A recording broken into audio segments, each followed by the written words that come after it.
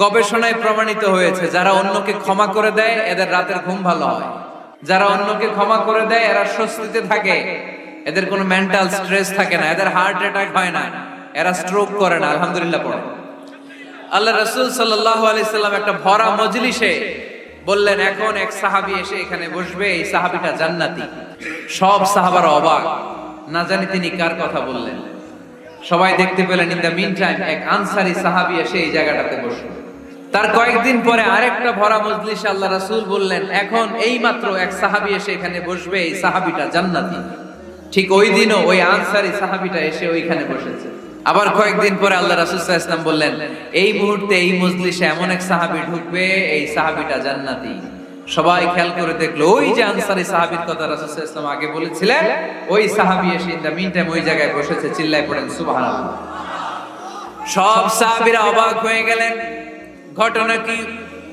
কি এমন গোপন আমল করে এই সাহাবী যে গোপন আমলের কারণে তিনটা ভরা মজলিসে বিশ্বনবী এই সাহাবীকে বললেন জান্নাতি।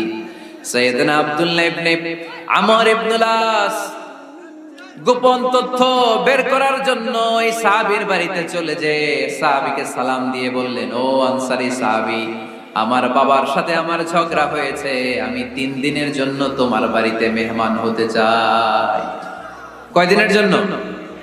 3 দিন। ওই আনসারী সাহাবী বলল, আহলান ওয়া সাহলান, খুশামদেদ, আপনি আমার মেহমান হবেন, এটা তো আমার সৌভাগ্য। আসেন, থাকেন, এই ঘরে আমি থাকি, এই ঘরটা ফাঁকা, আপনি এখানে থাকেন। এবার আব্দুল্লাহ ইবনে আমর ইবনুল আস খেয়াল করলেন কোন গোপন আমল করে কিনা, কোন নেক আমল আছে কিনা এই সাহাবীর, যে কারণে তিনবার বিশ্বনবী সাহাবীদের জান্নাতি বলেছে। 3 দিন টানা 3 দিন লক্ষ্য করার পরে সাইয়েদনা আব্দুল্লাহ ইবনে আমর ইবনুল আস এই সাহাবীর মধ্যে তেমন বিশেষ কোন নেক আমল, গোপন আমল আর দেখতে পায় নাই। 3 দিন যখন শেষ, যাওয়ার পথে বলে, ভাই আসলে আমার আব্বার সাথে আমার তেমন কোনো ঝগড়া টগড়া হয় নাই। ঝগড়া টগড়া কিছু না, আমি বিশেষ একটা কারণে এসেছি। 3বার বিশ্বনবী তোমাকে জান্নাতি বলে ঘোষণা করেছে। আমি দেখার জন্য এসেছি যে তুমি কি আমল করো, কিন্তু আমি তো বিশেষ কোনো আমল দেখলাম না। নামাজের সময় নামাজ পড়ো, তাহাজ্জুদের সময় তাহাজ্জুদ পড়ো, কোরআন তেলাওয়াতের সময় কোরআন তেলাওয়াত করো, আমি যা ইবাদত করি তাই তো করো, বরং আমার চেয়ে কম করো। কি এমন তোমার আমল যে আমলের কারণে বিশ্বনবী তোমারে জান্নাতি বলেছে? সাহাবীটাকে বলে, আব্দুল্লাহ, আমার জীবনে বিশেষ কোনো আমল নাই, এমন কোন আমল আমি আমার জীবনে করি নাই যে আমলের কারণে বিশ্বনবী আমারে জান্নাতি বলে ঘোষণা দিতে পারে। তবে হ্যাঁ, এমন একটি আমল আছে, প্রতি রাতে ওই আমলটা করে আমি বিছানায় ঘুমাতে যাই। প্রতি রাতে এশার নামাজের পরে আমি যখন আমার বিছানায় ঘুমাতে যাই, আমি আমার অন্তরে কারো ব্যাপারে কোনো ঘৃণা, কোনো ক্ষোভ আমার অন্তরে পুষে রাখি না। সুবহানাল্লাহ পড়ে। কোনো ক্ষোভ, কোনো ঘৃণা, কোনো হিংসা, কারো ব্যাপারে অহংকার, জেলাসি, এগুলো অন্তরে নিয়ে আমি ঘুমাই না। আমি যখন ঘুমাতে যাই, আমি সবাইরে ক্ষমা করে দিয়ে, মাফ করে দিয়ে ঘুমাতে চলে যাই। হয়তো এই আমলটা আল্লাহ তাআলার কাছে অত্যন্ত প্রিয় হতে পারে, এই কারণেই হয়তো বিশ্বনবী আমাকে জান্নাতি বলে ঘোষণা করেছে। চিল্লায় পড়তে হবে আল্লাহু আকবার। এজন্য রাতের বেলায় যখন বিছানায় যান, সব ভুলে যান। কে গালি দিছিল ভুলে যান, কে ঠকাইছিল ভুলে যান, কে অপমান করেছিল ভুলে যান, কার সাথে মারামারি হয়েছিল ভুলে যান। বিছানায় যাওয়ার আগে সবাইরে মাফ করে দিয়ে একটা প্রশান্ত আত্মা নিয়ে ঘুমাতে যান। ওই সাহাবীর মতো আপনারও জান্নাতি বানাবে কে? আমাদের অনেকে আছে হট টেম্পার, কিছু বুঝলেও চাতে, না বুঝলেও চাতে। আমাদের দেহে এক ধরনের হরমোন আছে, এটার নাম হচ্ছে অ্যাড্রেনালিন বলে এটাকে, অ্যাড্রেনালিন হরমোন। তো এই হরমোনটা যখন নিঃসরিত হয় তখন আমরা রেগে উঠি। এর আগে আমরা রাগি না। This adrenaline hormone triggers up your bodies fight response. এটা নিঃসরিত হলেই বডি তখন ফাইট করতে মন চায়। রাগ এটা ভয়ঙ্কর। অনেকে রাগ করতে করতে যে স্ট্রোক করে ফেলে, আছে না? হার্ট অ্যাটাক করে ফেলে। অনেকে রাগের মাথায় মারাও যায়, আছে না নাই? এটা ভয়ঙ্কর। এর আছে অনেক শারীরিক, মানসিক অনেক প্রভাব, অনেক ক্ষতিকর প্রভাব আছে এই রাগ। রাগটা অনেকটা ঝড়ের মতো। কিসের মতো? ঝড় যেমনি একদিক থেকে এসে সব ভেঙে চুরে তছনছ করে লন্ড ভন্ড করে দিয়ে আরেক দিকে সাঁ করে চলে যায়, রাগও তেমন একদিক দিয়ে আসে, সব শেষ করে দিয়ে আরেক দিকে চলে যায়, ঠিক কিনা? এর রাগের মাথায় পৃথিবীতে কত খুন খারাপি ঘটেছে, ঠিক কিনা? বাবা ছেলের মধ্যে রাগ আছে না নাই? বন্ধু বন্ধুর মধ্যে, বন্ধু কয় এটা আমারে দে, ওই বন্ধু বলে না দিব না, রেগে গেছে, কিলাকিলি ঘুষাঘুষি আছে না নাই? বাবা ছেলের মধ্যে জমি জমা নিয়ে হয় না অনেক সময়? বাবা কয় এই জমি তুই পাবি না, পোলায় কয় আমারই দিবা তুমি। বাপে কয় না দিমু না, পোলায় কয় দিবা। বাপে কয় তোরে তেজ্য পুত্র করে দিলাম, পোলায় কয় তোমার মাথায় আমি কূপ মাইরা দিলাম। শয়তান চায় কি করে ফ্যামিলিকে ব্রেক ডাউন করা যায়। শয়তান একটা আরশের উপর বসে, অন্য শয়তানরা এসে বলে আমি ওজনে কম দাওয়াইছি, কারে কিছুই করছ নাই। আরেকজন এসে বলে আমি সুদ খাওয়ানোর ব্যবস্থা করে দিয়ে আসছি, কারে এটা কিছুই না। আরেকজন এসে বলে মাদ্রাসায় যাচ্ছিল আমি সরাই দিছি, কারে এটা কিছুই না। আরেক শয়তান এসে বলে আমি স্বামী স্ত্রীর মধ্যে বিচ্ছেদ ঘটাই দিছি। ইবলিশ শয়তান তখন এটারে নিয়ে নাচতে শুরু করে দেয়। এজন্য স্বামী স্ত্রীর মধ্যে ঝগড়া আছে না নাই? হাজবেন্ড বলে একটা, ওয়াইফ বলে আরেকটা, আছে না নাই? হাজবেন্ড বলে তুমি যাইবা না, এই বিয়ার দাওয়াতে যাইবা না, ও আমারে অপমান করছিল। বউ কয় আমি যামু, আমার বান্ধবীর বিয়া, তোমার কি? আছে না নাই? হাজবেন্ড কয় না যাবি না, বউ কয় যামু, গেলে তোর খবর আছে। বউ কয় কি করবা? কয় তালাক দিয়ে দিলাম। আছে না নাই? ছোট্ট ঝগড়া থেকে মাথা গরম করে রাগের মাথায় তালাক দিয়ে ফেলে। এজন্যই রাগ ভয়ঙ্কর। এর রাগের কারণে বন্ধু বন্ধুর সম্পর্ক নষ্ট হয়, হাজবেন্ড ওয়াইফের মধ্যে ডিভোর্স হয়ে যায়, বাবা ছেলের মধ্যে সম্পর্ক ছিন্ন হয়ে যায়। এটা ঝড়ের মতো। এজন্য মুমিনরা চাইলেই চট করে রেগে যেতে পারে। এজন্য রাগ নিয়ন্ত্রণের দরকার আছে না নাই? الذين ينفقون في السراء والضراء والكاظمين الغيظ والعافين عن الناس। মুমিন বান্দার মুত্তাকিদের প্রথম গুণ দান করে, মুত্তাকিদের দ্বিতীয় গুণ তারা রাগকে হজম করে। সুবহানাল্লাহ পড়ে। রাগকে কি করতে হবে? জোরে বলেন কি করতে হবে? আল্লাহ রাসূল বললেন লাইসা শাদীদু বিসসুরা, কুস্তি খেলে যে অন্যকে মাটিতে শুইয়ে দিতে পারে সে আসল শক্তিশালী না। ইন্নামাশ শাদীদুল্লাযী ইয়ামলিকু নাফসাহু ইনদাল গাদাব, রাগের মাথায় যখন নিজেকে যে নিয়ন্ত্রণ করতে পারে আল্লাহর কাছে ওই ব্যক্তিটাই শক্তিশালী। কুস্তি খেলে আরেকজনের শোয়ায় দিলেন, এ শক্তিশালী না, বরং শক্তিশালী তো সে যে রাগের সময় নিজের উপর নিয়ন্ত্রণ রাখে। He can control himself in the time of anger. যখন সে রেগে যায় তখন সে নিজেকে নিয়ন্ত্রণ করতে পারে, সেই শক্তিশালী। কুস্তি খেলে আপনি হোতায় দিলেন আরেকজন, আপনি শক্তিশালী না। এজন্য রাগকে নিয়ন্ত্রণ করতে রাজি আছেন তো? এক সাহাবী এসে বললেন ইয়া রাসূলুল্লাহ আউসিনি, ইয়া রাসূলুল্লাহ, ও নবী আমারে নসিহত করেন, আমারে কিছু উপদেশ দেন। বিশ্বনবী বললেন লা তাগদাব, তুমি রেগে যেও না। সাহাবী বললেন আরেকটা উপদেশ দেন। বিশ্বনবী বললেন লা তাগদাব, রেগে যেও না। সাহাবী বললেন ও নবী আরেকটা উপদেশ দেন। বিশ্বনবী তৃতীয়বারের জন্য বললেন ও সাহাবী তুমি রেগে যেও না, লা তাগদাব, রেগে যেও না। কারণ রেগে গেলেন তো হেরে গেলেন, রেগে গেলে হেরে গেলেন। অনেকে আপনারা রাগাতে চাইবে নানা ভাবে, কিন্তু আপনি রাখবেন না। আপনার সাথে ঝগড়া করতে চাইবে, পায়ে পাড়া দিয়ে ঝগড়া করতে চায়, এরকম আছে না নাই? আপনারা রাগাতে চায়, ফুসলাতে চায়, কিন্তু মুমিনরা মুত্তাকিনরা তারা যেন যেন কোনো কারণে রেগে যায় না, তারা তাদের রাগকে হজম করে। আলহামদুলিল্লাহ পড়ে। আল্লাহ রাসূল সাল্লাল্লাহু আলাইহি ওয়াসাল্লাম কখনো রাগতেন না, কখনো না। ওনার উপর অনেক অত্যাচার হয়েছে, উনি রাগেন নাই, উনি ক্ষমা করে দিয়েছেন। কি করেছেন? আল্লাহ রাসূল সাল্লাল্লাহু আলাইহি ওয়াসাল্লাম যখন মক্কায় নামাজ পড়তেন, আল্লাহ রাসূল সাল্লাল্লাহু আলাইহি ওয়াসাল্লাম যখন রুকুতে যেতেন, সিজদায় যেতেন, পিঠের উপরে পচা উটের নাড়ি ভুঁড়ি চাপিয়ে দেয়া হতো। আল্লাহ রাসূল কখনো রেগেছেন? কথা বলেন। তায়েফের ময়দানে দাওয়াত দিতে গেলেন, পাথর মারা হলো, তিনি রেগেছেন?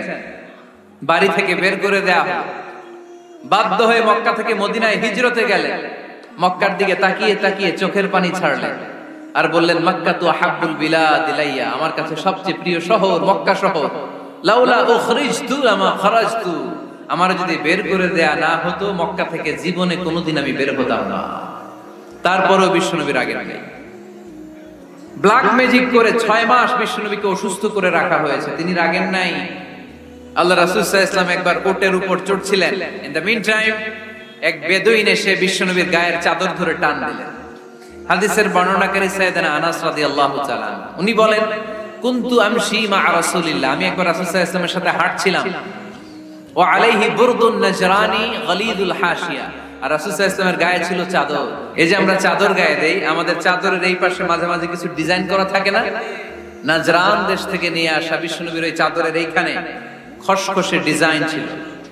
তো আল্লাহ রাসূল যখন চাদর গায়ে দেয়া, ওই বেদুইন যখন চাদর টান দিয়েছে, ওই খসখসে ডিজাইন আল্লাহ রাসূল সাল্লাল্লাহু আলাইহি ওয়াসাল্লামের ঘাড়ের চামড়া ছিঁড়ে ফেলেছে। আসছিল ভিক্ষা করতে, বেদুইন আসছে কি করতে? ভিক্ষা চাওয়ার স্টাইল দেখেন, ভিক্ষা চাওয়ার স্টাইল দেখছেন? আল্লাহ রাসূল সাল্লাল্লাহু আলাইহি ওয়াসাল্লামের চাদর ধরে এমন টান মেরেছে, ওই খসখসে চাদরের দাগ বিষ্ণু সাল্লাল্লাহু আলাইহি ওয়াসাল্লাম ঘাড়ের মধ্যে বসে ঘাড়ের চামড়া ছিঁড়ে গিয়েছে। বিষ্ণু প্রচন্ড ব্যথা পেয়েছেন, কিন্তু কিছুই বলেন নাই। ফালতাফাতা ইলাইহি রাসূলুল্লাহ, আল্লাহ রাসূল তার দিকে তাকালেন, তাকিয়ে সুম্মা দাহিক, ছোট্ট একটা মুচকি হাসি দিলেন। মুচকি হাসি দিলেন, ভিক্ষা করতে আসছে, চাদর ধরে টান মেরা ঘাড়ের চামড়া ছিঁড়ে ফেলছে, আর বলতে শুরু করছে, ইয়া মুহাম্মদ মুরলি মিন মালিল্লাহ, আল্লাহর যে সম্পদ আছে বাইতুল মালের সম্পদ থেকে আমার কিছু দাও, আমার কিছু নাই। আল্লাহ রাসূল সাল্লাল্লাহু আলাইহি ওয়াসাল্লাম ফাদাহিক, একটা মুচকি হাসি দিলেন, দিয়ে সে যা চেয়েছে তার হাতে সেটা উঠিয়ে দিলেন। চিল্লায় পড়েন সুবহান। তার মানে আমার নবী সহজে রাখতেন না। ওনার গায়ের উপর, দেহের উপর অত্যাচার করা হলে বিষ্ণু সাল্লাল্লাহু আলাইহি ওয়াসাল্লাম কখনো রাগেন নাই। মারা হয়েছে, পাথর মেরে রক্তাক্ত করা হয়েছে, পিটানো হয়েছে, আল্লাহ রাসূল সাল্লাল্লাহু আলাইহি ওয়াসাল্লাম কখনো রাগেন নাই। তবে আল্লাহর জমিনে আল্লাহর বিধান লঙ্ঘিত হওয়া মাত্রই বিষ্ণু সাল্লাল্লাহু আলাইহি ওয়াসাল্লাম রেগে যেতেন। পড়েন আল্লাহু আকবার। আল্লাহর বিধান লঙ্ঘিত হতে দিতেন না। যেই লোকটা নামাজ পড়া অবস্থায় উটের পচা নারী বুড়ি চাপিয়ে দিলে রাগেন না, যাকে পাথর মারা হলে রাগেন না, চাদর ধরে টেনে গায়ের চামড়া ছিঁড়ে ফেললে রাগেন না, ওই ব্যক্তিটা আল্লাহর জমিনে আল্লাহর আইনের বিরুদ্ধে কথা বললে রেগে যেতেন। কারণ এটা আল্লাহর আইন, আল্লাহর আইনে সবাই সমান। এখানে উঁচু নিচু, there is no difference between black and white, between upper and lower, between the richer section of the society and poorer section of the society, between the prime minister, between the member of the parliament and the factory worker, rickshaw puller. Everyone is totally equal, 100% equal in the eyes of Quran and Islam. চিল্লায় বলেন ঠিক কি না? আল্লাহর চোখে সবাই সমান। ওইখানে প্রধানমন্ত্রী নাই, ওইখানে প্রেসিডেন্ট নাই, ওইখানে এমপি নাই, ওইখানে রিকশাওয়ালা আর প্রধানমন্ত্রী আর প্রেসিডেন্ট এক কাতারে দাঁড়িয়ে আল্লাহর সিজদা দেয়। চিল্লায় বলেন ঠিক কি না? নিজেকে আক্রমণ করা হলে রাখতেন না, কিন্তু আল্লাহর জমিনে আল্লাহর বিধান লঙ্ঘিত হলে আল্লাহ রাসূল রেগে যেতেন। মদিনাতে এক মেয়ে চুরিতে ধরা পড়ল। চুরি করলে কি করতে হয়? আস-সারিকু ওয়াস-সারিকাতু ফাকতাউ আইদিয়াহুমা। বাংলাদেশে হাত কাটে, কি করে? জেলে দেয়। আর কি করে? হ্যাঁ, জরিমানা, জামাই আদর করে না। বিধান হচ্ছে হাত কেটে দাও। If anyone steal something precious, the government, the authority should cut down his right hand. আইন টাকা। বাংলাদেশে এরকম চোর আছে না নাই? দেশের টাকা পাচার করে, আছে না নাই? হাজার হাজার টাকা কুচি কুচি করে বগুড়ার এক পানির মধ্যে, খালের মধ্যে দেখলাম। আহা, জনগণ খেতে পায় না, আর মানুষ টাকা কুচি করে জঙ্গলে ফেলে দিয়ে আসে। এগুলো কত বড় টাকা! একটা চোর, ওকে ধরে যদি হাত কেটে টেলিভিশনে প্রচার করে দেয়া হতো, 17 কোটি মানুষ যদি দেখতো, এই দেশে আর চোর খুঁজে পাওয়া যেত না। বনু মখজুমিয়া গোত্রের এক নারী চুরিতে ধরা পড়ল। সাহাবীরা যে বলে, ইয়া রাসূলুল্লাহ, অনেক বংশীয় মেয়ে, আপনি হাত কেটে দিয়েন না, মাফ করে দেন। কি করেন? আল্লাহ রাসূল সাল্লাল্লাহু আলাইহি ওয়াসাল্লামের চেহারাটা আগুনের গোলার মতো লাল হয়ে গেল, রেগে গেলেন। আল্লাহ রাসূল বললেন, এত বড় সাহস পেলে কোত্থেকে? এটা আল্লাহর আইন। চিল্লায় বলো, কার আইন? লাউ কানাত ফাতিমাতু বিনতি মুহাম্মদ সারাকাত লাকাতা মুহাম্মাদুন ইয়াদাহা।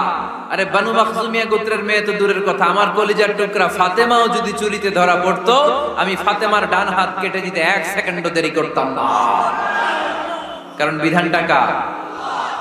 এত মাইট দেয়া হলো বিশ্বনবীকে, এত অত্যাচার করা হলো, তিনি রেগে যেতেন না। কিন্তু আল্লাহর জমিনে আল্লাহর বিধান লঙ্ঘিত হলে তিনি রেগে যেতেন, ঠিক কি না? এজন্য আমাদের রাগটাও হতে হবে এমন, অপ্রয়োজনে আমরা রাখবো না। কিন্তু আল্লাহর জমিনে আল্লাহর বিধান যদি লঙ্ঘিত হয়, দুর্বলের উপর যদি সবলের অত্যাচার হয়, সমাজে যদি বিশৃঙ্খলা তৈরি হয়, তখন মুমিন রাগান্বিত হবে, বজ্র কণ্ঠে গর্জে উঠবে। চিল্লায় বলেন ঠিক কি না? এরা ছাড়া মুমিন রাগকে নিয়ন্ত্রণ করে। এটা মুত্তাকিদের বৈশিষ্ট্য। আল্লাযীনা ইউনফিকুনা ফিস সাররাই ওয়াদ দাররা। মুত্তাকিনদের প্রথম গুণ তারা দান করে। 2 নাম্বার গুণ রাগকে হজম করে। রাগকে হজম করতে রাজি আছেন সবাই? আজকে থেকে রাগটার একটু কমানো যাবে, থামানো যাবে তো? আল্লাহ তুমি কবুল করো, পড়ি আমিন। আল্লাহ রাসূল সাল্লাল্লাহু আলাইহি ওয়াসাল্লাম রাগ কমানোর কিছু পদ্ধতি আমাদেরকে শিখিয়েছেন। 2 সাহাবী ঝগড়া লাগলো, কথার পিঠে কথা, কথার নাম লতা। ঝগড়া করতে করতে এক সাহাবী রেগে মেগে আগুন। আল্লাহ রাসূল দেখতে লাগলেন আর বললেন, ইন্নী লা আ'লামু কালিমা লাউ ক্বালাহা লা যাহাবা যা আনহু। নিশ্চয়ই আমি এমন এক বাক্য জানি, এই বাক্যটা যদি এই সাহাবী পড়ে তাহলে তার রাগ মুহূর্তের মধ্যে ঠান্ডা হয়ে যাবে। ওই সাহাবী বলল, ইয়া রাসূলুল্লাহ, বাক্যটা কি আমারে শিখিয়ে দেন, আমি চাই আমার রাগটা যেন থেমে যায়। আল্লাহর রাসূল বললেন, তুমি পড়ো আউযু বিল্লাহি মিনাশ শাইতানির রাজীম। সবাই পড়েন, আউযু বিল্লাহি মিনাশ শাইতানির রাজীম। তাহলে রাগ কমানোর দোয়ার নাম কি? সবাই বলেন, আউযু বিল্লাহি মিনাশ শাইতানির রাজীম। এটা হচ্ছে 1 নাম্বার ফর্মুলা। এটা কয় নাম্বার মনে থাকবে? রাগ আসলে এই দোয়াটা পড়ব, মুহূর্তে রাগকে ঠান্ডা করে দিবে কে? 2 নাম্বার ফর্মুলা হচ্ছে, বেশি রাগ চলে আসলে আপনি চুপ থাকবেন। Keep coed, keep silent, cool down, relax করেন, থামেন। অশ্রাব্য ভাষায় গালিগালাজ করবেন না। অনেকে রেগে গেলে গড়গড় করে কি যেন বলে, গালিগালাজ করে, 14 গোষ্ঠী উদ্ধার করেছে, আছে না নাই? না, এই গালিগালাজ যখন কন্টিনিউ করবেন আর বাড়তে থাকবে আপনার রাগ। আপনি একটু থামেন, stop, relax and keep quiet. ইদা গাদিবা আহাদুকুম ফালিয়াসকুত, বলেছেন মুহাম্মদ সাল্লাল্লাহু আলাইহি ওয়াসাল্লাম। তোমাদের কেউ যখন রেগে যায়, সে যদি রাগ থামাতে চায় সেজন্য চুপ থাকে, সেজন্য কি থাকে? তাহলে বেশি রাগ আসলে কি গালিগালাজ করবেন, চিল্লাফাল্লা করবেন, 14 গোষ্ঠী নিয়ে গালি দিবেন, কি করবেন? চুপ থাকবে। কি থাকবেন? মনে থাকবে নাকি ওয়াজের ময়দানেই শেষ, বাড়িতে যায় হতায় নেবেন? চুপ থাকতে রাজি আছেন তো? প্রথমে রাগ আসলে আউযুবিল্লাহ পড়ব, 2 নম্বরে চুপ থাকবো, 3 নম্বরে বিষ্ণু ইসা ইসলাম বললেন, তোমার কার্যক্রম কমিয়ে দাও, লোয়ার ইউর অ্যাকশন। অ্যাকশন কমাও, ডাইরেক্ট অ্যাকশনে যাও না। আমরা কি করি? রাগ আসলে ডাইরেক্ট অ্যাকশন। 1 তালাক, 2 তালাক, 3 তালাক, 22 তালাক, 100 তালাক, শাশুড়ির সুদ্ধা তালাক দিয়ে আছে না নাই? কয় তোর মারে তালাক, তোর 14 গোষ্ঠী তালাক, বিয়ে করছে একটা, তালাক দেয় 14 গোষ্ঠী দিয়ে। ওমরে ফারুক যখন খলিফা রাদিয়াল্লাহু তাআলা আনহু, এক লোক তার স্ত্রীকে 100 তালাক দিয়েছে।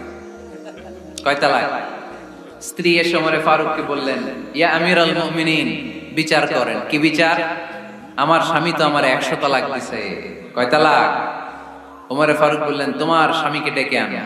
ডেকে আনা হলো। বলল, ঘটনা কি? তালাক দিবা 3টা, 100টা দিলা কেন? রাগ হয়েছিল অনেক, মেজাজ গরম হয়ে গেছিল। ওমরে ফারুক বললেন, চাই আর তালাক মিন শিআরিল্লাহ, তালাক হচ্ছে আল্লাহর শিআর, এটা কোরআনের আইন, এটা নিয়ে ফাইজলামি করলি কেন? এদিকে আয়, বিচার করি।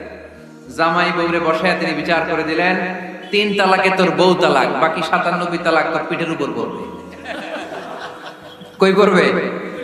এবার জল্লাদ নিয়ে আসা হলো, চাবুক নিয়া, ওয়াহিদ, ইসনাইন, তালাতা, আরবা, খামসা, এক একটা চাবুক মারে আর সিল্লান মেরা ওঠে স্বামী। কয় সব তালাক তোর পিঠের উপরে দিলাম। এরকম বিচার যদি ওমরে ফারুকের মতো বাংলার জমিনে থাকতো, একটা বদমাইশ খুঁজে পাওয়া যেত? Lower your action. রেগে গেলে অ্যাকশন কমান, ডাইরেক্ট অ্যাকশন মেরেন না। কি করবেন? কার্যক্রম কমিয়ে দেন। আল্লাহ রাসূল সাল্লাল্লাহু আলাইহি ওয়াসাল্লাম বললেন, ইযা গাদিবা আহাদুকুম ওয়া হুয়া কায়েম, দাঁড়িয়ে থাকা অবস্থায় যদি কেউ রেগে যায়, ফালিয়াজলিস, সেজন্য বসে যায়। ফাইন যাহাবা আনহুল গাদাবু ওয়া ইল্লা ফালিয়াত্তাজি, বসে যাওয়ার পরেও যদি তার রাগ কমে না যায়, সেজন্য শুয়ে যায়। সুবহানাল্লাহ পড়েন। দাঁড়িয়ে থাকা অবস্থায় রাগ আসলে কি করবেন? বসা অবস্থায় রাগ আসলে, শোয়া অবস্থায় রাগ আসলে ঘুমায় যাবেন। অনেক ভালো মানুষ এলাকার লোকেরা। শোয়া অবস্থায় রাগ আসলে চোখ বন্ধ করে ঘুমায় যাবেন, এরপর সুন্দর সুন্দর স্বপ্ন দেখতে শুরু করবেন। রাগ আর নাই। কত সুন্দর ফিলোসোফার ছিল বিষ্ণু ঈসা ইসলাম। এই কথাগুলোর দাম কত জানেন? ওজন কত জানেন? কিভাবে আমাদেরকে তিনি সভ্য বানাতে চেষ্টা করেছেন, কিভাবে আমাদেরকে সুখী সমৃদ্ধ মানুষ বানাতে চেষ্টা করেছেন। দাঁড়িয়ে থাকলে যদি রেগে যাও বসে পড়ো, বসে গেলেও যদি রেগে যাও শুয়ে পড়ো, সুবহানাল্লাহ পড়েন। তার মানে রাগ কমানোর 1 নাম্বার ফর্মুলা আউযুবিল্লাহ পড়বেন, 2 নাম্বার ফর্মুলা চুপ থাকবেন, 3 নাম্বার ফর্মুলা অ্যাকশন কমিয়ে দিবেন, দাঁড়ালে বসবেন, বসে থাকলে শুয়ে যাবেন। 4 নাম্বারে বিশ্বনবী বললেন তারপরেও যদি তোমার রাগ কমে না যায় ঠান্ডা পানি দিয়ে ওযু করো, রাগ কমায় দিবে কে? ওযু করেন ঠান্ডা পানি দিয়ে, রাগ কমায় দিবে কে? আল্লাহ রাসূল সাল্লাল্লাহু আলাইহি ওয়াসাল্লাম বলেন না শয়তান ইন্নাল গাদাবা মিনাশ শাইতান, নিশ্চয়ই রাগ আসে শয়তান থেকে। রাগ এনে দেয় কে? একটু আওয়াজ করে বলেন না, এনে দেয় কে? রাগ এনে দেয় শয়তান। ওয়া শাইতানু খুলিকা মিনান নার, শয়তান তৈরি আগুন দিয়ে। শয়তান তৈরি কি দিয়ে? ওয়ান নারু তুতফাউ বিল মা, আর আগুন নিভায় পানি দিয়ে। আগুন নিভায় কি দিয়ে? এজন্য তোমাদের কেউ যখন রেগে যায়, ইদা গাদিবা আহাদুকুম ফালিয়াতাওয়াত্তা, সেজন্য ঠান্ডা পানি দিয়ে ওযু করে তার রাগটারে ঠান্ডা করে দিবে কে? সুবহানাল্লাহ পড়েন। মনে থাকবে সবার? 1 নাম্বার রাগ আসলে 1 নাম্বারে কি করবেন? আউযুবিল্লাহ পড়বেন। 2 নাম্বার চুপ থাকবেন। 3 নাম্বার বসে যাবেন, শুয়ে যাবেন। 4 নাম্বার ওযু করবেন। রাজি আছেন? মাথায় ঠান্ডা পানি দিবেন, চেহারায় ঠান্ডা পানির ঝাপটা দিবেন, দেখবেন আপনার রাগকে ঠান্ডা করে দিছে কে? এজন্য আল্লাহ বললেন আমার মুত্তাকিদের বৈশিষ্ট্য হলো আল্লাযীনা ইউনফিকুনা ফিস সাররাই ওয়াদ দাররাই ওয়াল কাযিমিনাল গায়যা ওয়াল আফিনা আনিন নাস। মুত্তাকিন বান্দারা সুখে দুঃখে দান করে, রাগ ক্রোধ আসলে এটাকে তারা হজম করে। মুত্তাকিনদের 3 নাম্বার বৈশিষ্ট্য হলো তাদের সাথে কেউ অন্যায় করলে তারা ক্ষমা করে। সুবহানাল্লাহ পড়েন। কি করবেন? ক্ষমা করে দিবেন। মুত্তাকিদের 3 নাম্বার বৈশিষ্ট্য কি? নাকি অন্তরের মধ্যে দুঃখ কষ্ট রেখে দিবেন? অনেকে আছে অতীতের কষ্ট ভুলতে চায় না, ভুলতে পারে না। কেউ আপনারে ধমকি দিছিল, কেউ আপনার সাথে খারাপ আচরণ করছিল, কেউ আপনারে গালি দিছিল, অনেকে এটারে পেলে পুষে অন্তরে বড় করে রাখে, আছে না নাই? ভুলতে চায় না। মনের ভিতরে রাগ পেলে পুষে রাখা ঠিক না। মনে মনে কয় তুই আমারে মারছিলি, আমি তোরে মারব, তুই আমারে অপমান করছিলি ওই দিন, যদি একদিন সুযোগ পাই তোরে হতা এলাম। আছে না এরকম? সেই 20 বছর আগে আপনারা সব অপমান করছে, ওইটারে পেলে পুষে আপনি অন্তরে নিয়ে বয়ে বেড়াচ্ছেন। আর এই হিংসা ক্ষোভ যদি রাগ ভিতরে রাখেন, এটা আপনারা জ্বালায় দেয় ভিতরে, জানেন? আর যদি আপনি ক্ষমা করে দেন একেবারে ঠান্ডা। জানেন এই ফর্মুলা আপনারা? এজন্য রাগ ক্ষোভ হিংসা কখনো অন্তরে পুষে রাখতে নাই। মা যাদাল্লাহু আবদান বিআফওয়িন ইল্লা ইহসান। কোন বান্দা যদি তার অন্য কোন ভাইকে ক্ষমা করে দেয়, আল্লাহ তাআলা ওই ক্ষমাকারীর সম্মান আর মর্যাদাকে বাড়িয়ে দেয়। আল্লাহ তাআলা নিজে ক্ষমাশীল, তিনি ক্ষমা করাকে পছন্দ করেন। তাই আমাদের বেশি বেশি ক্ষমা করা দরকার। এজন্য এখন কেউ যদি আপনার সাথে খারাপ আচরণ করে, আপনার উপর জুলুম করে, অন্যায় করে, কি করবেন? মাফ করে দিবেন। মাফ করতে রাজি আছেন তো? আচ্ছা সবাই বুঝে শুনে উত্তর দেন। আল্লাহ পাক আমাদের সব গুনাহগুলো ক্ষমা করে দেখ, আমরা চাই কি চাই না? আল্লাহ আমাদেরকে মাফ করুক, আমরা চাই কি চাই না? দেখেন আমরা কিন্তু ঠিকই আল্লাহর কাছে ক্ষমা চাই, কিন্তু আমরা নিজেরা নিজেদেরকে ক্ষমা করতে পারি না। নিজেরা নিজেদেরকে ক্ষমা করি না। সে আমার সাথে খারাপ আচরণ করছে, আমি ক্ষমা করতে পারি না। ও আমারে গালি দিছিল, আমি ক্ষমা করি না, কিন্তু আমি কিন্তু ঠিকই আল্লাহর কাছে ক্ষমা চাই। আল্লাহর কাছ থেকে ক্ষমা পেতে হলে আগে কি করতে হবে? ক্ষমা করে দিতে হবে।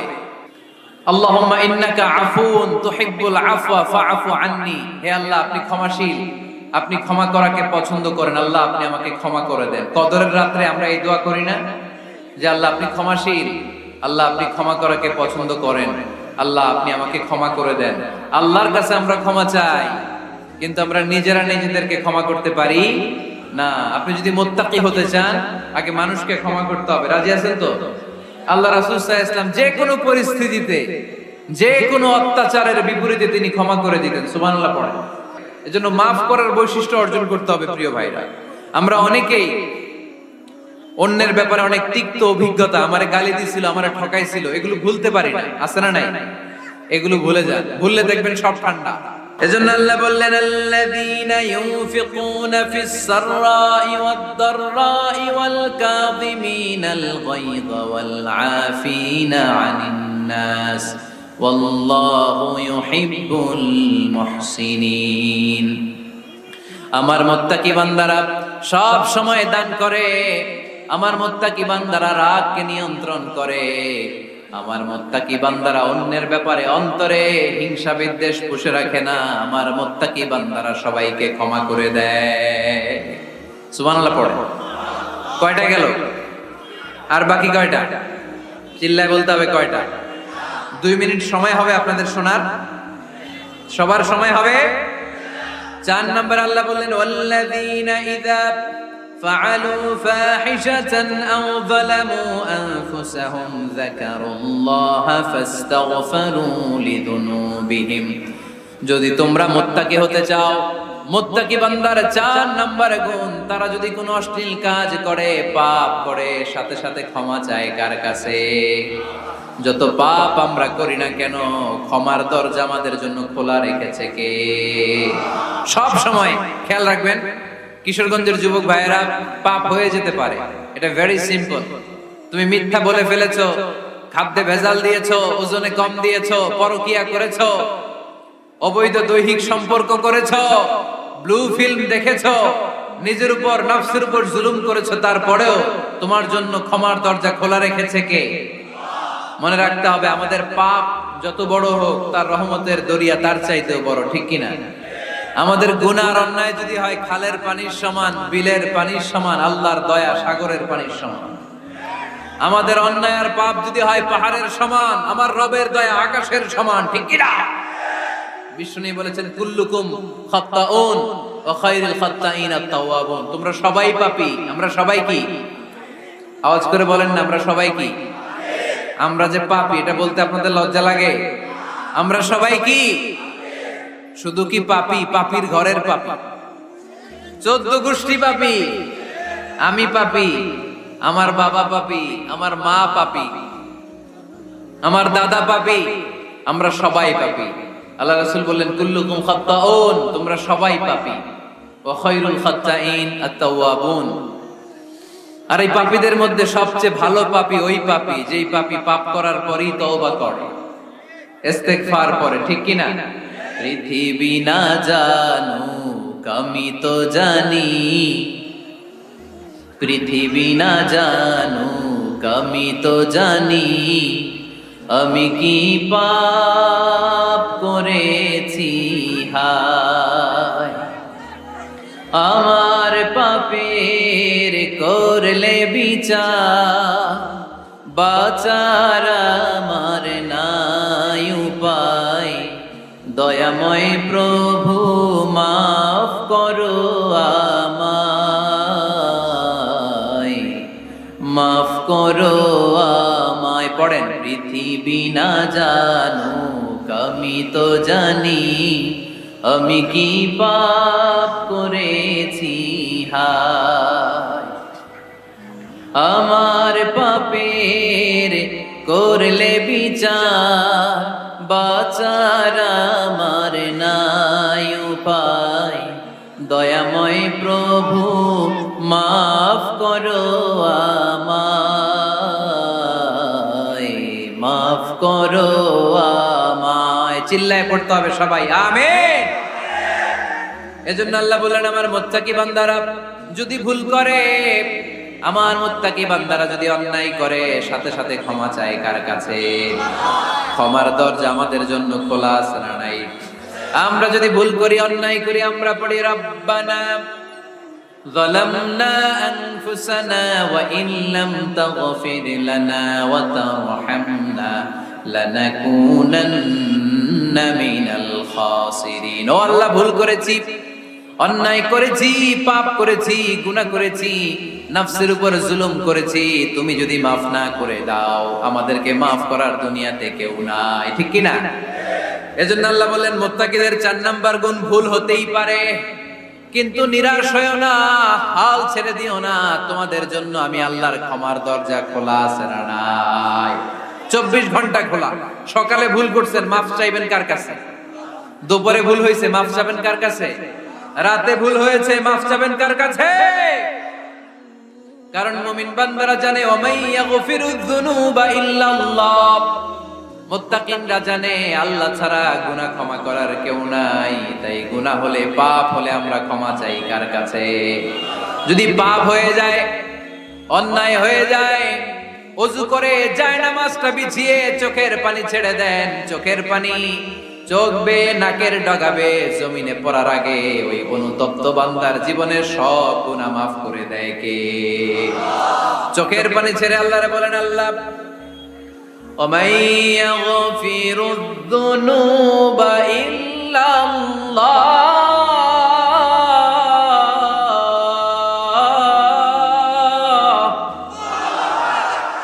وَمَن يَغْفِرُ الذُّنُوبَ إِلَّا اللَّهُ, আল্লাহ ছাড়া গুনাহ ক্ষমা করার আর কোন দ্বিতীয় মাবুদ আমাদের আর আছে নাকি? চোখের পানি ছেড়ে দিয়ে আল্লাহরে ডেকে বলেন, আল্লাহ আমি ছাড়া তোমার গোলামের অভাব নাই। অভাব আছে? আমি ছাড়া তোমার বান্দার অভাব নাই, আমি ছাড়া তোমার গোলামের অভাব নাই, কিন্তু তুমি ছাড়া আমার কোনো রব নাই। ঠিক কি না? আমার গুনাহ ক্ষমা করার মতো দ্বিতীয় কোনো মালিক নাই, দ্বিতীয় কোনো রব নাই, দ্বিতীয় কোনো প্রভু নাই। তুমি যদি ফিরিয়ে দাও কোথাও যাওয়ার জায়গা নাই। ঠিক কি না? এভাবে চোখের পানি ছেড়ে ক্ষমা চাইলে মাফ করে কে? আল্লাহ বলে মুত্তাকিদের ভুল হতেই পারে, মানুষ মাত্রই ভুল হয়, কিন্তু ভুল হওয়া মাত্রই তারা আমার কাছে ফিরে আসে, তারা আমার কাছে ক্ষমা চায়। ওয়ালাম ইউসিররু আলা মা ফাআলু ওয়া হুম ইয়ালামুন। ৫ নাম্বার বৈশিষ্ট্য হলো জেনে বুঝে ক্ষমা চাওয়ার পরে ওই পাপ কাজ দ্বিতীয়বার আমার বান্দারা করে না। ঠিক কি না? ওয়ালাম ইউসিররু আলা মা ফাআলু ওয়া হুম ইয়ালামুন। ৫ নাম্বার বৈশিষ্ট্য, মুত্তাকিদের সর্বশেষ বৈশিষ্ট্য হচ্ছে জেনে বুঝে তারা পাপ কাজ রিপিট করে না। কারণ আপনি যখন তওবা করবেন, আপনি যখন ক্ষমা চাইবেন, আপনি আল্লাহর কাছে ওয়াদা করবেন, আল্লাহ ভুল হয়েছে, অন্যায় হয়েছে, চোখের পানি ছেড়ে আল্লাহ তোমার কাছে ক্ষমা চাই, তুমি ছাড়া ক্ষমা করার কেউ না। আল্লাহ তুমি আমারে মাফ করে দাও, পারতপক্ষে এই পাপ কাজ, এই ভুল কাজ আমি আর করব না। ওয়ালাম ইউসিররু আলা মা ফাআলু ওয়া হুম ইয়ালামুন। তাফসীর ইবনে কাসীরে এসেছে ওয়ালাম ইউসিররু মানে ওয়ালাম ইস্তামিররু আলা মা ফাআলু ওয়া হুম ইয়ালামুন, জেনে বুঝে ওই পাপ কাজ কন্টিনিউ করে না। আপনি সকালে ভুল করছেন, আল্লাহর কাছে মাফ চাইলেন, বিকেলে ওইটা আবার করা যাবে? সকালে খাদ্যে ভেজাল দিবেন, বিকেলে মাফ চান, এরপরের দিন আবার ভেজাল দেন, আবার মাফ চান, তারপরের দিন বাজারে আবার ভেজাল দেন, তারপরে মাফ চান। এরকম করলে মুত্তাকি হওয়া যাবে নাকি? মদিনার সাহাবীদের মধ্যে সবচাইতে গরীব সাহাবী ছিলেন সাইয়েদনা বেলাল রাদিয়াল্লাহু তাআলা আনহু। নিজের লজ্জাস্থান ঢাকার কাপড়টা ছাড়া তার কাছে দ্বিতীয় কোনো কাপড় ছিল না। সকালে যদি খাবার পেত, দুপুরে খাবার ছিল না, দুপুরে পেলে রাতের জন্য ছিল না, আজকে খাবার থাকলে কালকে নাই। মদিনার সবচাইতে গরীব সাহাবী বেলাল রাদিয়াল্লাহু তাআলা আনহু, লজ্জাস্থান ঢাকার জন্য শুধু একটা জামা ছিল, গায়ে দেওয়ার মতো কোনো জামা নাই। এই সাহাবীর মতো গরীব কোন সাহাবী মদিনার জমিনে নাই। এই বেলাল রাদিয়াল্লাহু তাআলা আনহুকে বিশ্বনবী ডেকে বললেন, ইয়া বেলাল আনফিক ইয়া বেলাল লা তাখশা মিন যিল আরশি ইকলালা। ও বেলাল, আল্লাহর রাস্তায় দান করো, কারণ আমার আল্লাহর ধনভাণ্ডারের কমতি নাই। সাইয়েদনা বেলাল রাদিয়াল্লাহু তাআলা আনহু সবচেয়ে গরীব। শুনতেছেন? বুঝতেছেন? সবচেয়ে গরীব। ডাউন পার্টটা ঢাকার মতো একটা গার্মেন্ট ছিল, একটা কাপড়, এটা পেঁচায় আসতো, নামাজ পড়তো। প্রত্যেক ফরজ সালাতের পরে আল্লাহ রাসূল সাল্লাল্লাহু আলাইহি ওয়াসাল্লাম আয়াতুল কুরসি পড়তেন। মান ক্বারাআ আয়াতাল কুরসি দুবুরা কুল্লি সালাতিন মাকতুবাতিন লাম ইয়ামনাহু মিন দুখুলিল জান্নাতি ইল্লাল মাউত। প্রত্যেক ফরজ সালাতের পরে যে ব্যক্তি আয়াতুল কুরসি পড়ে, তার জান্নাতে যাওয়ার ক্ষেত্রে আর কোনো বাধা থাকে না, একটা জিনিস ছাড়া, সেটা হচ্ছে মরণ। লোকটা মরে না, তাই জান্নাতে যায় না, মরলেই জান্নাতে। আমাদেরকে অনেক সময় জিন ভূত আসর করে না? আসর করে। তো জিন ভূত যাদেরকে ডিস্টার্ব করে, তারা বেশি বেশি আয়াতুল কুরসি পড়বেন। আল্লাহ রাসূল সাল্লাল্লাহু আলাইহি ওয়াসাল্লাম বলেছেন, সূরাতুল ইখলাস, সূরাতুল ফালাক, সূরাতুন নাস, এই তিনটা পরে ফিস সাবাহি ওয়াল মাসা, সকাল সন্ধ্যা, ওয়া ইনদামা ইয়াযহাব ইলা ফিরাশি, আর যখন বিছানায় তিনি ঘুমাতে যেতেন এই 3 কুল পড়ে আল্লাহ রাসূল সাল্লাল্লাহু আলাইহি ওয়াসাল্লাম হাতে ফু দিতেন, আর ওই ফু দেয়া হাতটা মাথা থেকে মুছতে মুছতে পা পর্যন্ত মুছতেন। It's a protection from your lord, এটা আমাদের রবের পক্ষ থেকে একটা প্রোটেকশন। সুবহানাল্লাহ পড়েন। We should take this protection every day at morning and evening. শয়তানের ওয়াসওয়াসা থেকে, জিন ভূতের আসর থেকে বাঁচার জন্য এই প্রোটেকশন আমাদের নেওয়া দরকার। আমাদের আদরের কচি কাঁচা সোনামণিরা যারা আছে তাদেরকেও, বাচ্চাদেরকেও জিন ভূত ডিস্টার্ব করে কি করে না? করে। আমরা তাদেরকেও এগুলো শিখাই দিব। এগুলোকে বলে রুকিয়া আল ইসলামিয়া, ইসলামী রুকিয়া। এই ঝাড়ফুঁক করা সুন্নাহ। আল্লাহ রাসূল সাল্লাল্লাহু আলাইহি ওয়াসাল্লাম নিজেও ঝাড়ফুঁক করতেন। একবার সেজদারত অবস্থায় আল্লাহ রাসূল সাল্লাল্লাহু আলাইহি ওয়াসাল্লামের হাতে একটা বিচ্ছু পোকা কামড় দিল, তিনি খুব ব্যথা পেলেন। আম্মা জান আয়েশা বললেন, আয়েশাকে বললেন লবণের পানি গরম দাও। আল্লাহ রাসূল সাল্লাল্লাহু আলাইহি ওয়াসাল্লাম কোরআনের আয়াত করে ফু দিলেন, লবণের পানি ঢালা শেষ, ফু দেওয়া শেষ, আঙ্গুলের ব্যথাও শেষ। তো এইভাবে নিমিষেই আমরা সুস্থ হয়ে যেতে পারি। কোরআনের দেয়া যত যত পদ্ধতি আল্লাহ তাআলা আমাদের জন্য প্রেসক্রাইব করেছেন, এটা আমাদের কল্যাণের জন্য দিয়েছেন। আমরা অনেকে অসুস্থ থাকি, আপনারা মধু খেতে পারেন, বেশি করে মধু খেলে আপনি সুস্থ থাকবেন।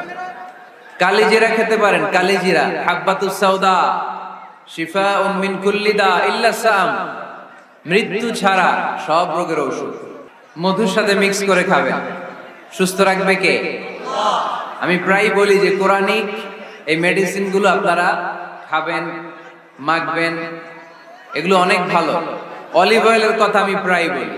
আল্লাহ রাসূল সাল্লাল্লাহু আলাইহি ওয়াসাল্লাম অলিভ অয়েল মাখতেন, জাইতুনের তেল দিয়ে দাড়িতে মাখতেন, চুলে মাখতেন, গায়ে মাখতেন।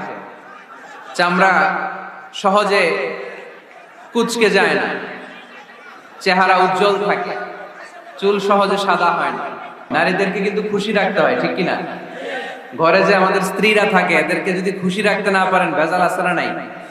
রোজা রাখা লাগবে, ঘরের চুলায় আগুন জ্বলবে না, রান্না বান্না হবে না, ঠিক কিনা? এজন্য বিষ্ণুনবী সব সময় বলতেন ফাস্তাউসু বিন নিসাই খায়রা, নারীদের সাথে ভালো আচরণ করো, কোমল আচরণ করো। নারীরা হচ্ছে কাচের গ্লাসের মতো। কাচের গ্লাস আস্তে করে ধরতে হয়, আস্তে করে রাখতে হয়, আস্তে করে মুছতে হয়। এটা নিয়ে জোর জবরদস্তি করলে এটা ভেঙে যায়, ঠিক কিনা? এজন্য নারীদের সাথে কোমল আচরণ করবেন, ভালোবাসার কথা বলবেন, আপনার স্ত্রীর কাছে আপনার ভালোবাসা প্রকাশ করবেন, প্রাণ উজাড় করে। পারবেন? আল্লাহ তাআলা সাইয়েদনা আদম আলাইহিস সালামকে বললেন, তুমি ইয়া আদম উসকুন আনতা ওয়া যাওজুকাল জান্নাহ, তুমি আর তোমার বউ মিলে জান্নাতে থাকো। তার মানে তাদের বিয়ে হয়েছিল জান্নাতে, আর বিয়ের সম্পর্কটা জান্নাতি সম্পর্ক। আলহামদুলিল্লাহ পড়েন। বিয়ের পরিস্থিতি, প্রিপারেশন এগুলোরে সহজ করে দিবেন, বিয়েকে কঠিন করবেন না। আল্লাহর দোহাই লাগে, যে সমাজে বিয়ে করা কঠিন ওই সমাজে জিনা করা সহজ, আর যেই সমাজে বিয়ে করা সহজ ওই সমাজে জিনা করা কঠিন, ঠিক কিনা?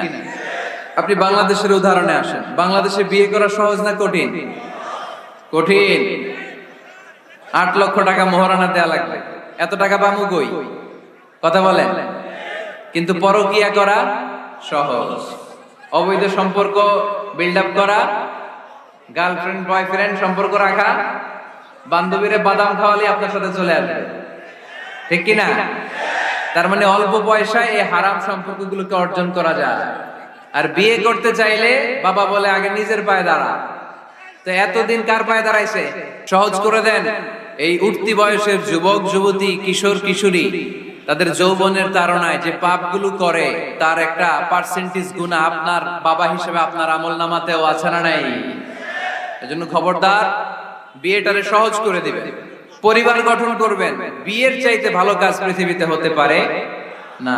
বিয়ে করলে রিজিক খুলে যায়, কপাল খুলে যায়। ওয়াদাটা কার?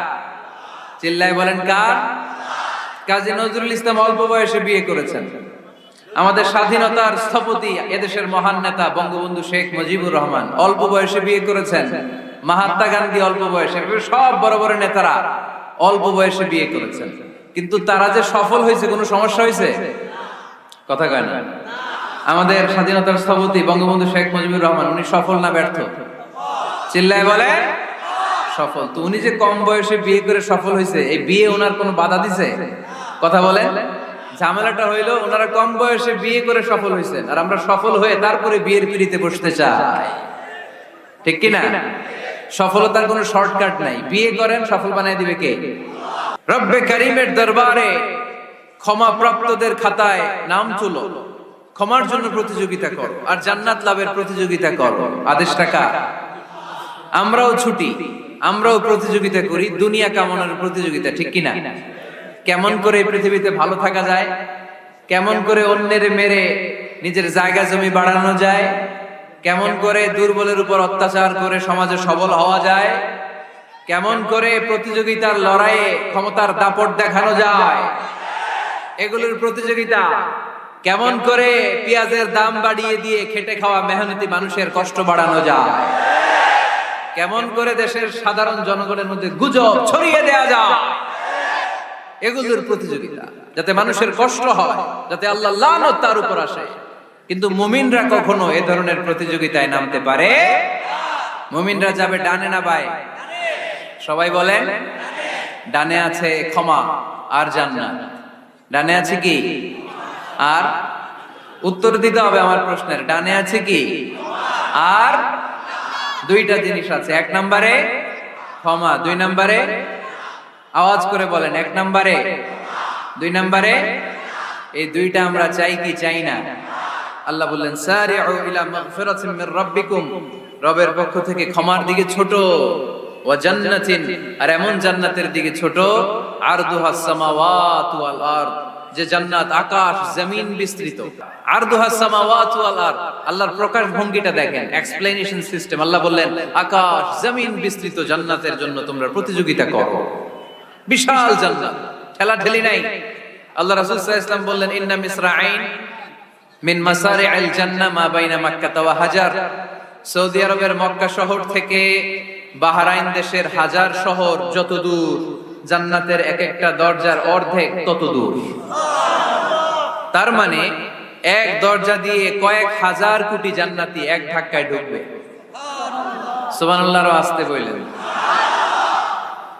দরজা দিয়ে যদি কয়েক হাজার লোক এক ধাক্কায় ঢুকতে পারে, দরজার সাইজ যদি এত বড় হয়, তাহলে জান্নাতের সাইজ কত?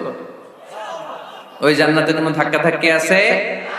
এজন্য আল্লাহ বললেন ওয়াসারিউ ইলা মাগফিরাতিন মির রাব্বিকুম ওয়া জান্নাতিন আরদুহাস সামাওয়াতু ওয়াল আরদ উইদ্দাত লিল মুত্তাকিন। আল্লাহর ক্ষমার দিকে ছোট, আল্লাহর জান্নাতের দিকে ছোট। যেই জান্নাত ছোট নয়, যেই জান্নাতটা সংকীর্ণ নয়, যেই জান্নাত হলো আকাশ জমিন বিস্তৃত। সুবহানাল্লাহ। উইদ্দাত লিল মুত্তাকিন, এই জান্নাতকে আল্লাহ তাআলা মুত্তাকিদের জন্য তৈরি করেছে। কাদের জন্য? আপনাদের জন্য তৈরি করেছে। আলহামদুলিল্লাহ পড়েন। মুত্তাকি কারা? যারা আল্লাহরে ভয় পায়। মুত্তাকি কারা? যারা আল্লাহকে না দেখে ভয় পায়, তাদেরকে কি বলে? মুত্তাকি। আল্লাহর দেখছেন কখনো? লা তুদরিকুহুল আবসার, পৃথিবীর চামড়ার চক্ষু দিয়ে আমার রব আল্লাহ তাআলাকে দেখা যায় না, কিন্তু ওহুয়া ইউদরিকুল আবসার, তিনি সবাইরে দেখতে পায়। সুবহানাল্লাহ পড়েন। তিনি আমাদের দৃষ্টির অন্তরালে, কিন্তু আমরা তার দৃষ্টির অন্তরালে কশ্চিন কালেও কখনো এক মুহূর্তের জন্য যেতে পারি না। মুত্তাকিনদের জন্য তিনি এই জান্নাতকে তৈরি করেছেন। এখন এই মুত্তাকিন কারা? সেই মুত্তাকিনদের পরিচয় আল্লাহ তাআলা এই সূরার ভেতরে দিয়েছেন। আল্লাহ বললেন আমার মুত্তাকি বান্দার প্রথম গুণ الذين ينفقون في السراء والضراء والكاظمين الغيظ والعافين عن الناس والله يحب المحسنين سبحان الله পড়ে الذين ينفقون في السراء والضراء আমার মুত্তাকি বান্দারা সচ্ছল অসচ্ছল উভয় অবস্থায় দান করে।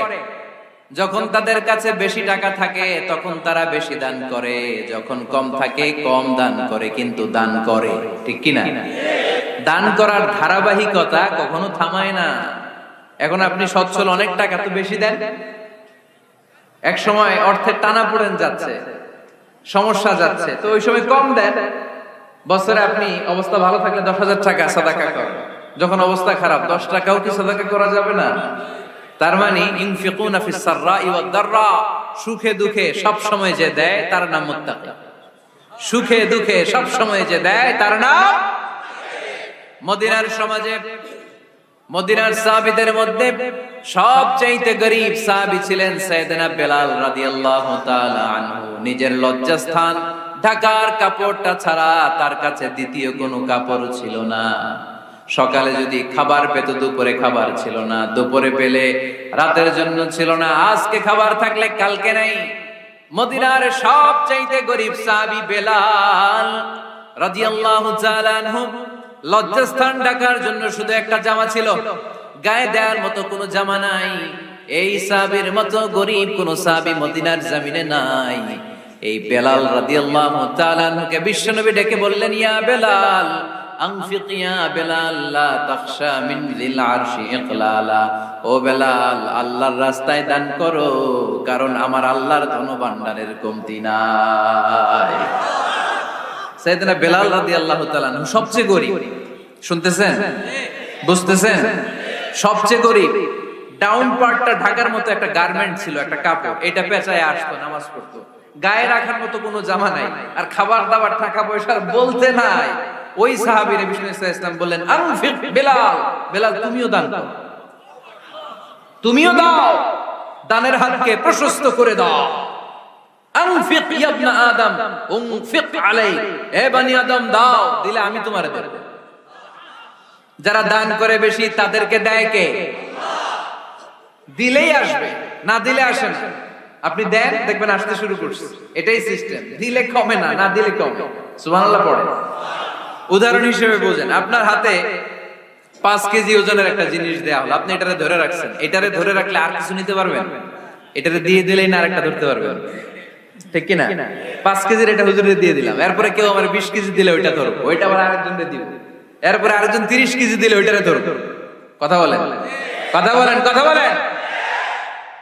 এজন্য আল্লাহ বললেন, ইনফিকুনা ফিস সাররাই ওয়াদ দাররা। আমার মুত্তাকি বান্দারা প্রথম গুণ, তারা সুখে দুঃখে সব সময় দান করে, দানের ধারাবাহিকতা সব সময় অব্যাহত রাখে। যারা সুখে দুঃখে সচ্ছল অসচ্ছল সব অবস্থায় দান করে, তাদের নাম হলো মুত্তাকি। এই কিপটামি কৃপণতা ভুলে যা, দেন, দেন না একটু, আপনারা দিবে কে? বিশ্বাস হয়? দিলে বাড়ে, দিলে না দিলে কমে, কারণ আপনি দিলে আপনারে দিবে কে? তবে গোপন অবস্থায় দেওয়াটা উত্তম। প্রকাশ্য দান করলে আল্লাহ কবুল করেন, ওইটাতেও সওয়াব আছে, কিন্তু গোপনে দান করলে বেশি খুশি হয় কে? গোপনে দান করলে আল্লাহর রাগ ক্রোধ কমে যায়। আপনার কোনো পাপের কারণে আল্লাহ যদি আপনার উপর রেগে থাকে, আপনি গোপনে কিছু দান করে দেন, ওই রাগটা মুহূর্তেই ঠান্ডা হয়ে যাবে। 7 শ্রেণীর ব্যক্তিকে আল্লাহ তাআলা আরশের নিচে ছায়া দেবে কিয়ামতের দিন, যেদিন আকাশের সূর্যটা মাথার কাছে চলে আসবে, জমিনটা তামার জমিন হয়ে যাবে, তৃষ্ণায় মানুষের জিহ্বা বের হয়ে কুকুরের মতো নাভির সামনে ঝুলতে থাকবে। সূর্যের প্রচন্ড কিরণ আর তাপে মাথার মগজগুলো গলে গলে নাকের ছিদ্র আর কানের ছিদ্র দিয়ে ভাতের মাড়ের মতো টপ টপ করে বেয়ে বেয়ে পড়বে।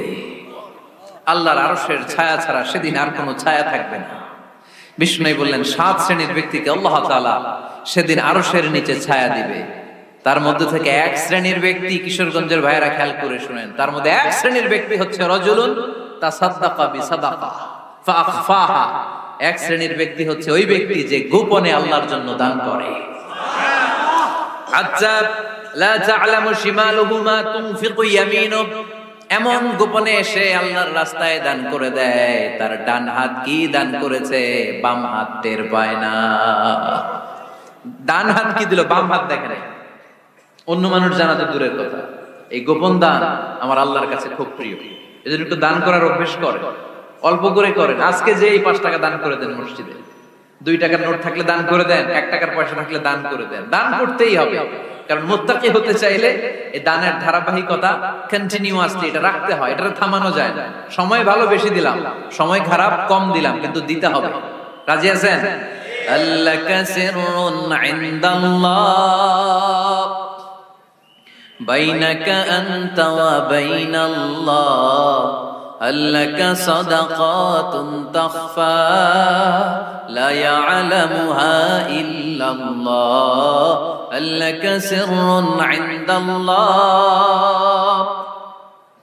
বাইনাকা আনতা ওয়া বাইনাল্লাহ আল্লাকা সাদাকাতুন তাখফা লা ইয়ালামুহা ইল্লাল্লাহ সুবহানাল্লাহ পড়ো।